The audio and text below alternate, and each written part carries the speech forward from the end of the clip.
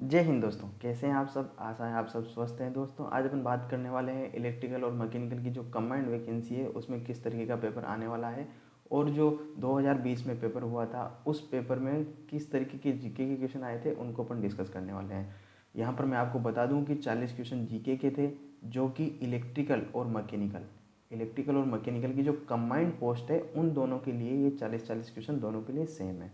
Next बात करें, अगले 80 क्वेश्चन जो आने वाले थे, जो पेपर में पिछली बार आए थे, अगले 80 क्वेश्चन थे इलेक्ट्रिकल के। उसके बाद के 80 क्वेश्चन जो थे वो थे अपने मैकेनिकल ब्रांच के। तो दोस्तों यहाँ पर पेपर में जीके के क्वेश्चन दोनों के लिए सेम रहेंगे, लेकिन ब्रांच के क्वेश्चन दोनों के लिए अलग अलग रहेंगे। टाइम सबके लिए सेम है। तो चलिए शुरू करते हैं आज की जीके के क्वेश्चन। इसके पहले मैं आपको एक छोटा सा वो बता दूं टॉपिक, कि इसके बाद अपन शुरू करने वाले हैं जो नया टॉपिक जुड़ा है संविधान का, उसके वीडियो लेक्चर अपन 1 बाय 1 टॉपिक बाय टॉपिक इस तरीके से उनको पढ़ने वाले हैं ताकि वो अपने जो भी क्वेश्चन आएगा वो एग्जाम में कम्प्लीटली राइट होना चाहिए। तो चलिए शुरू करते हैं आज का पहला क्वेश्चन। फर्स्ट क्वेश्चन है, अपन से पूछ रहा है कि राजस्थान में से निम्नलिखित में से कौन सा जिला है जिसमें द्रव्यवती नामक नदी, कौन सी नदी है, द्रव्यवती नामक नदी, जो जल प्रदूषण की समस्याओं का सामना कर रही है, वह किस जिले में प्रवाहित है। दोस्तों इसके बारे में मैं आपको बता दूं, इसको अमीन साहा का नाला, इसका एक और नाम है, दूसरा नाम क्या है, अमीन साहा का नाला। अमीन साहा का नाला भी इसे बोला जाता है, और ये जो है जयपुर ज़िले में प्रवाहित हो रही है। दोस्तों मतलब नदियों के उपनाम हमें याद होने चाहिए, नदियों के उपनाम से क्वेश्चन ज़रूर बनता है। नेक्स्ट क्वेश्चन है, राजस्थान के किस जिले में बीहड़ मिलते हैं। अब बीहड़ से मतलब है कि जहाँ जहाँ से चंबल नदी घूम रही है वहाँ वहाँ बीहड़ मिलेंगे। बीहड़ से मतलब है कि नदी जब प्रवाहित होती है तो मिट्टी को काट कर बड़े बड़े खांचे बना देती है, और ये इतने बड़े होते हैं कि इनमें मतलब बड़ी बड़ी बिल्डिंगें भी समाहित हो जाए। तो ये बीहड़ है, ये चंबल बेसिन में बने हुए हैं। चंबल कहाँ कहाँ से, चित्तौड़ से एंटर हो रही है, कोटा में, माधोपुर में, करौली में, इनमें प्रवाहित हो रही है।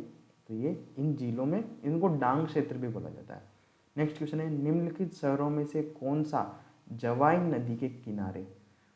दोस्तों नदी, अब हमें क्या है, नदी तंत्र पढ़ना है इस तरीके से कि कौन सी नदी की सहायक नदी कौन सी नदी है, और उस नदी के किनारे कौन सा शहर अवस्थित है। तो यहाँ पर इसने पूछ लिया जवाई नदी, जो कि कौन सी नदी, लूनी नदी, लूनी नदी की सहायक नदी है।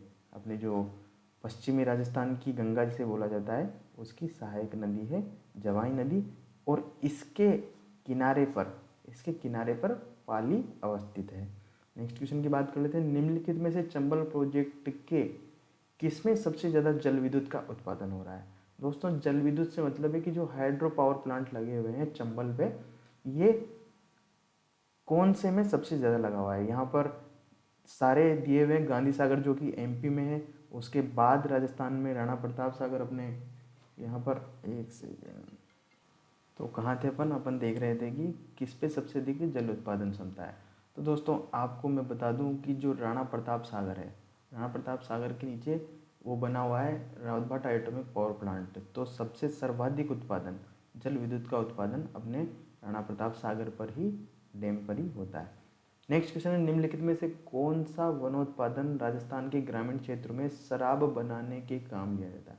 महुआ की खेती करते हैं, कहाँ किसके आसपास, ये 12 एमपी के टच में जो एरिया है इसके आसपास, ये झालावाड़, इस एरिया में अधिक से अधिक महुआ की खेती होती है। इसी के साथ जो बांसवाड़ा डूंगरपुर है इनमें भी महुआ की खेती होती है। इस महुए से क्या है, शराब बनाई जाती है। बांस तो आप जानते हो बांसुरी बजाने का काम आता है, सेब खाने का काम आता है, आम है जो ये भी खाने के आता है यार, फलों का राजा है। निम्नलिखित में से कौन सी नदी राजस्थान के पूर्वी मैदान में प्रवाहित नहीं होती है। पूर्वी मैदान से संबंध कह रहा है, ये पूर्वी मैदान से संबंध मतलब हो गया कि अपना जो ये इधर का एरिया है, अलवर, भरतपुर, धौलपुर, इस तरफ कौन सी नदी है जो प्रवाहित नहीं हो रही है। अब यहाँ पर ये जो सारी नदियाँ हैं, मोरेल है, बाणगंगा है जो जयपुर में बहती है ही सही, ये भी इधर पूरी एरिया में बहती है, मोरेल भी पूरी एरिया में बहती है, लेकिन जो कांकनी नदी है, कांकनी नदी है जो अंतःप्रवाही नदी है, और कहाँ बहती है ये जैसलमेर में बहती है। नेक्स्ट क्वेश्चन की बात करते हैं। नेक्स्ट क्वेश्चन है, राजस्थान में निम्न में से कौन सा मृदा का सर्वाधिक उपजाऊ प्रकार है। अब सबसे उपजाऊ टाइप की मिट्टी कौन सी है। अब यहाँ पर आपको दिख रहा होगा बालू रेत है, बालू रेत उपजाऊ हो ही नहीं सकती, है ना, तो ये तो कट हो गया। पीली मिट्टी, पीली मिट्टी में भी लेटराइट पाया जाता है, लोहा पाया जाता है, तो ये भी इतनी उपजाऊ नहीं होती है। लाल और पीली मिश्रित, ये भी इतनी उपजाऊ नहीं हो सकती है।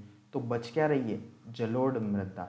जलोढ़ मृदा जो कहाँ पाई जाती है, अपने पूर्वी दक्षिणी पूर्वी एरिया में पाई जाती है, तो ये सबसे ज़्यादा उपजाऊ मिट्टी कहलाती है।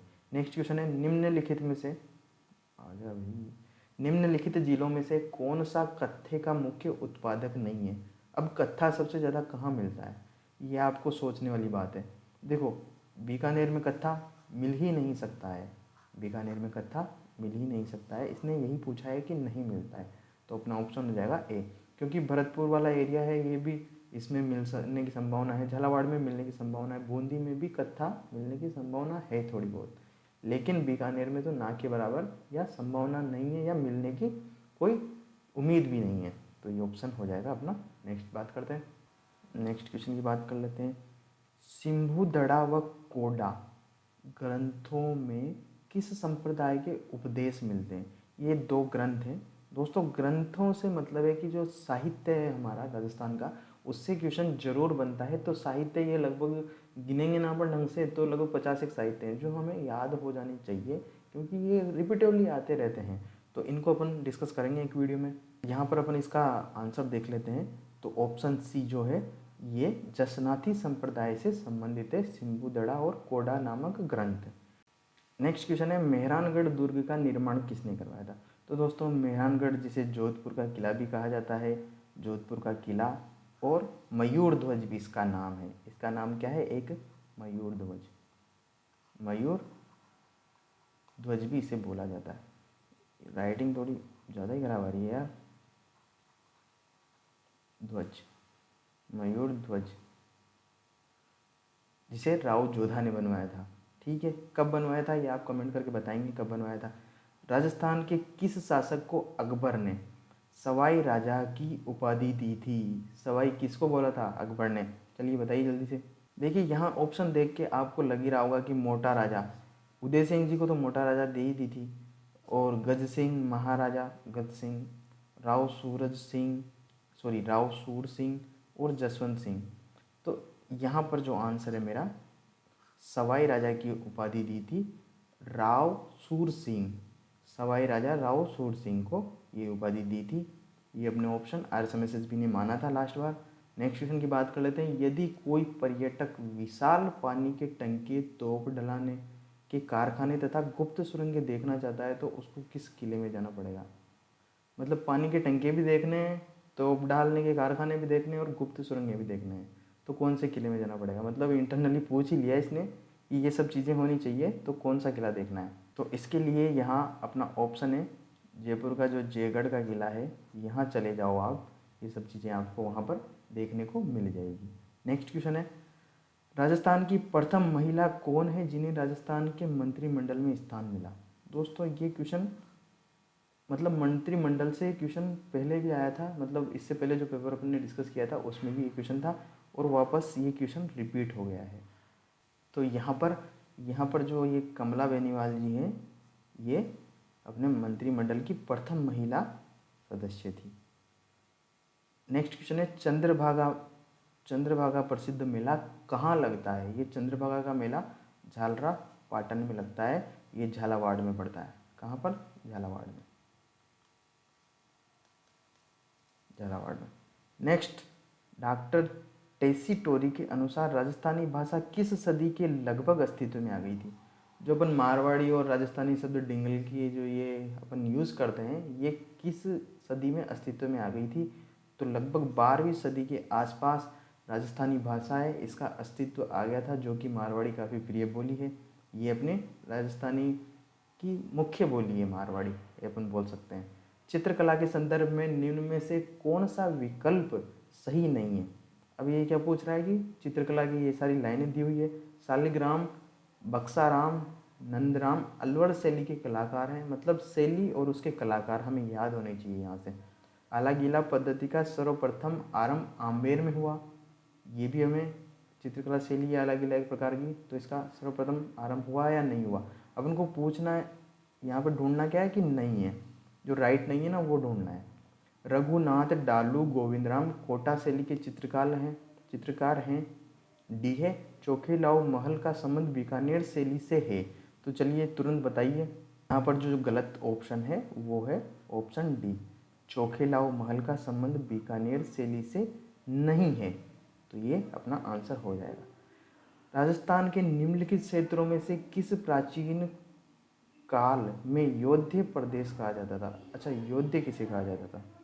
तो अपना ये जो गंगानगर हनुमानगढ़ वाला जो एरिया था, इसे योध्य प्रदेश के रूप में माना जाता था प्राचीन काल में। तो यहाँ पर ऑप्शन दिया हुआ है गंगानगर, तो ये मेरा आंसर हो जाएगा। नेक्स्ट क्वेश्चन है, निम्नलिखित में से कौन से वनस्पति प्रतिरोधक क्षमता बढ़ाने में उपयोगी है? दोस्तों, यहाँ पर जो अर्जुन की छाल है ये प्रतिरोधक क्षमता नहीं, जबकि ब्लड का सर्कुलेशन को अच्छा करने के काम करती है, जबकि अश्वगंधा खाया जाता है प्रतिरोधक क्षमता बढ़ाने के लिए। निम्नलिखित में से कौन सी घास राजस्थान के पश्चिमी जिलों में नहीं पाई जाती है? इससे पहले जो पेपर अपन ने डिस्कस किए थे उन्होंने पूछा था कि पश्चिमी राजस्थान में कौन सी घास पाई जाती है। यहाँ पर उल्टा पूछ लिया, नहीं पाई जाती है। दोस्तों, सेवण, करड़, धामण ये तो पाई जाती है अपने पश्चिमी राजस्थान में, जबकि जो लाड़ा घास है ये पश्चिमी राजस्थान में ना पा करके माधोपुर वाले एरिया में या टोंक ये बनास के अप्रोक्स ये पाई जाती है। नेक्स्ट क्वेश्चन की बात कर लेते हैं। सन 1951 की भारतीय वन रिपोर्ट के अनुसार 2 वर्ष में राजस्थान में वन क्षेत्रफल में कितना परिवर्तन हुआ है? अब कितना परिवर्तन हुआ है, तो ये पॉजिटिव हुआ था और कितना 57.51 वर्ग किलोमीटर बढ़ गए थे वन क्षेत्र। हर 2 साल में रिपोर्ट होती है। अभी 2021 जनवरी 22 में फिर से नई रिपोर्ट रिलीज कर दी गई है। तो अपने आने वाले पेपर के हिसाब से जो नई रिपोर्ट है उसके आंकड़े अपने लिए इम्पोर्टेंट है। निम्नलिखित युग्मों में से वह कौन सा जिला युग्म है जहां लाल व पीली मृदा पाई जाती है? तो यहाँ पर अपन ऑप्शन देखेंगे कि जो मिट्टियों का वर्गीकरण है वो हमें पढ़ना है। और यहाँ पर अभी ऑप्शन की बात कर लेते हैं, आंसर कौन सा है? अजमेर और भीलवाड़ा में इनमें लाल और पीली मृदा पाई जाती है। आपको याद होना चाहिए कि भीलवाड़ा में वैसे भी लोहे की खानें हैं, तो इसमें लाल मिट्टी पाने की संभावना बढ़ जाएगी। सिद्धमुख नहर सिंचाई परियोजना को कौन सी अतिरिक्त पानी नदियों का अतिरिक्त पानी प्राप्त होता है? तो ये यहाँ पर देखोगे तो जो रावी व्यास, रावी सतलज, सतलज व्यास और रावी घग्गर, तो यहाँ पर जो अपना आप आंसर है वो रावी और व्यास नदियों से सिद्धमुख नहर परियोजना को अतिरिक्त पानी मिलता है। नेक्स्ट क्वेश्चन है, निम्नलिखित में से कौन सा बांध जल विद्युत उत्पादन नहीं कर रहा? मतलब जल विद्युत उत्पादन नहीं कर रहा है तो मतलब वहाँ दूसरे तरीके से विद्युत का उत्पादन तो हो रहा है। तो चंबल पे ये सारे चंबल के सारे तो नहीं, 3 चंबल के, एक माही बजाज सागर है अपना जो नीचे बना हुआ है माही नदी पे बांसवाड़ा में। गांधी सागर चंबल नदी पे बना हुआ है, लेकिन कहाँ है ये? एमपी में। इस पे भी हाइड्रो पावर प्लांट है। कोटा बैराज की मैं बात करूँगा तो कोटा बैराज पे थर्मल पावर प्लांट लगा हुआ है। कोटा थर्मल पावर प्लांट, इसकी 1260 megawatt super thermal power plant भी इसे बोला जाता है। तो ये कोयले से यहाँ बिजली उत्पादित की जाती है। चंबल का पानी ओनली स्टीम बनाने के लिए काम में लिया जाता है। जवाहर सागर है, यहाँ पर भी हाइड्रो पावर प्लांट लगा हुआ है, यहाँ पर भी जल विद्युत उत्पादन होता है। निम्नलिखित में से किस वर्ष मरो विकास कार्यक्रम का निर्माण किया गया था? शुरुआत तो यहाँ पर देखोगे 82, 83, 71, 72, 81, 82 और 77, 78। तो 1977 से 78 के बीच में मरो विकास कार्यक्रम की शुरुआत की गई थी। नेक्स्ट, राजस्थान के किस प्रदेश में एंटी सोल समूह, ये समूह मिट्टी का वर्गीकरण का समूह, और मिट्टी कौन सी मिट्टी कहाँ पाई जाती है और किस समूह की मिट्टी किस एरिया में पाई जाती है? तो एंटी का मतलब आंट का मतलब चीटी, चीटी जैसी रेत से मतलब है कि अपना जो पश्चिमी इलाका है वहाँ पर ऐसी मिट्टी पाई जाती है। नेक्स्ट बात कर लेते हैं, निम्नलिखित में से कौन सी नदी अजमेर जिले में प्रवाहित नहीं होती है? अब इसने पूछा है कि प्रवाहित नहीं होती है, भले से वहाँ उद्गम हो लेकिन ज़्यादा प्रवाहित नहीं है। तो ऑप्शन यहाँ पर मानसी माना गया था कि मानसी नदी है जिसका उद्गम तो लेकिन अजमेर में ही है, लेकिन इसको माना गया है कि यह प्रवाहित नहीं होती है। यही ऑप्शन माना था डिपार्टमेंट ने लास्ट बार। जिंदोली सुरंग राजस्थान के निम्नलिखित जिलों में से किसमें स्थित है? तो दोस्तों ये सुरंग है जो कि अलवर जिले में स्थित है, जिंदोली सुरंग। कोपेन के अनुसार, अब ये जलवायु का वर्गीकरण फिर से आ गया, जलवायु का वर्गीकरण फिर से पूछ लिया है इसने कि कौन सी जलवायु किस एरिया में पाई जाती है। थानवेट, कोपेन और ये 2-3 वैज्ञानिकों ने जलवायु का वर्गीकरण किया था। राजस्थान की जलवायु अंग्रेजों ने बांट दी, अब वो भी हमें पढ़नी पड़ेगी, लेकिन क्या करें। तो इसको अपन तीनों वैज्ञानिकों का लगभग 5-5 मिनट का वीडियो बना के इनको शॉर्ट एंड स्वीट में समझने वाले हैं। इसके लिए आपको क्या करना पड़ेगा, चैनल को सब्सक्राइब करके बेल आइकन को ऑन करना पड़ेगा, ताकि आपको आने वाले वीडियोस टाइम पर मिलते रहें। तो यहाँ क्वेश्चन पे आ जाते हैं वापस से। सुमेलित नहीं है, सुमेलित नहीं है ढूंढना है, तो AW, ये वर्गीकरण पढ़ने के बाद ही आएगा ये तो। अभी तो मैं आपको सीधा आंसर बता देता हूँ। यहाँ पर जो है BWHW बाड़मेर में नहीं मिलती है, मतलब इस टाइप की जलवायु बाड़मेर में नहीं मिलती है। नेक्स्ट क्वेश्चन है, राजस्थान के एकीकरण के तीसरे चरण में संयुक्त राजस्थान के साथ कौन सा जिला जोड़ा गया था? तीसरे चरण में कौन सा जिला जोड़ा गया था? तो तीसरे चरण की मैं बात करूं तो वहाँ पर क्या किया था अपन ने, उदयपुर को जोड़ा था। उदयपुर में यहाँ पर इसने क्या है, ये दिया नहीं है डायरेक्ट, तो डायरेक्ट नहीं दिया है तो उदयपुर से क्या लेंगे अपन यहाँ पर। तो यहाँ पर कौन सा अपन आंसर मान सकते हैं, उदयपुर से अपना आंसर मेवाड़ होना चाहिए, जो कि राइट ऑप्शन है। नेक्स्ट क्वेश्चन है, ज़्यादा आगे नहीं लगेगा। कल्याण जी का मेला, कल्याण जी का मेला जो डिग्गी, डिग्गी कहाँ है ये, मालपुरा, मालपुरा टोंक, मालपुरा टोंक में डिग्गी का, डिग्गी के अंदर कल्याण जी का, श्री हरि भगवान का मेला भरता है। किस शासक ने 1857 के युद्ध में सेना का नेतृत्व स्वयं किया था? 1857 में कुशाल सिंह जी सेना का नेतृत्व स्वयं किया था। तो यहाँ पर कुशाल सिंह जी, जिन्होंने आवा में, पाली में सेना का नेतृत्व किया था 1857 के युद्ध में। नेक्स्ट क्वेश्चन है, राव जेतसिरा छंद लेखक कौन है? तो ये साहित्य है, ये राजस्थान के साहित्य हैं, जो मैं भी आपको बता रहा था कि लगभग 50 क्वेश्चन, 50 साहित्य हैं जो कि हमें याद करने हैं, जिनसे कि हमारा क्वेश्चन जरूर आएगा। तो 40 में से 50 क्वेश्चन पढ़ते ही, 50 लाइनें पढ़ते ही हमारा एक क्वेश्चन तो राइट हो जाएगा। तो चलिए यहाँ पर इसका आंसर देखते हैं। जो बिट्ठू सुजा जी हैं अपने, इन्होंने राव जेतसिरो छंद लिखा था। नेक्स्ट है, वांगड़ के परमार राजवंश, वांगड़ के परमार राजवंश की राजधानी कहाँ थी? तो यहाँ पर अपना आंसर हो जाएगा उत्थुणक, उत्थुणक है, जिसे वांगड़ के परमार राजवंश ने राजधानी बनाया था। नेक्स्ट क्वेश्चन की बात हम कर लेते हैं। अर्जुनायन जाति का प्रभाव क्षेत्र में निम्नलिखित प्रांत में से कौन से में है? तो अर्जुनायन की बात अपन कर रहे हैं, तो अर्जुनायन से मतलब है कि जो अर्जुन के वंशज जो रहे थे अपने अलवर भरतपुर वाले रीजन में। नेक्स्ट क्वेश्चन है, अप्रैल 1930 में बाल विवाह निरोधक कानून के प्रणेता कौन थे? तो जो बाल विवाह निरोधक कानून था, ये शारदा एक्ट भी इसको बोला जाता है। हरविलास राय बहादुर हरविलास शारदा जी है जिन्होंने इसे पारित करवाया था। पहले भी बाल विवाह कानून, मतलब अभी भी होते हैं शादियाँ तो अबूझ सावे पे, लेकिन उस टाइम इन्होंने एक्ट बनवा लिया था। कब की बात है ये? 1930 में ही इतने जागरूक हो गए थे कि बस अब मत करो इनकी शादी बालिकाओं की।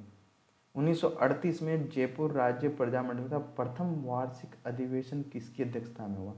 तो दोस्तों सबसे बेस्ट जो है, एक ट्रेंड चला हुआ है, ट्रेंड से मतलब है कि प्रजामंडल, पहले प्रजामंडलों की डेट पूछी जाती थी, अभी का जो ट्रेंड चल रहा है प्रजामंडलों के अध्यक्ष पूछे जाते हैं कि इस प्रजामंडल का अध्यक्ष कौन सा है। तो जयपुर की बात करूं मैं तो जमनालाल जी हैं, जमनालाल बजाज हैं, इन्होंने इसकी अध्यक्षता की थी। निम्नलिखित, कपूरचंद पाटनी जी थे जिन्होंने इसकी स्थापना की थी जयपुर प्रजामंडल की। निम्नलिखित, सबसे पहला यही है, 1931 में इसकी स्थापना हुई थी, ये भी मैं आपको बता देता हूँ। निम्नलिखित में से कौन सा शेखावाटी के पंचपाणे में सम्मिलित नहीं था, शेखावाटी के पंचपाणे में? तो यहाँ पर जो अपना मलसीसर, अल्सीसर दोनों ऑप्शन दिए हुए हैं। यहाँ पर इसका ऑप्शन में अल्सीसर, ऑप्शन सी यहाँ पर मेरा आंसर हो जाएगा।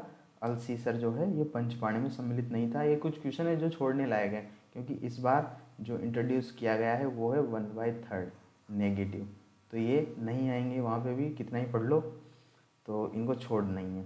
उदयपुर में परोपकारिणी सभा कब पंजीकृत की गई थी? उदयपुर में परोपकारिणी सभा का गठन किया गया था, ये कब किया गया था?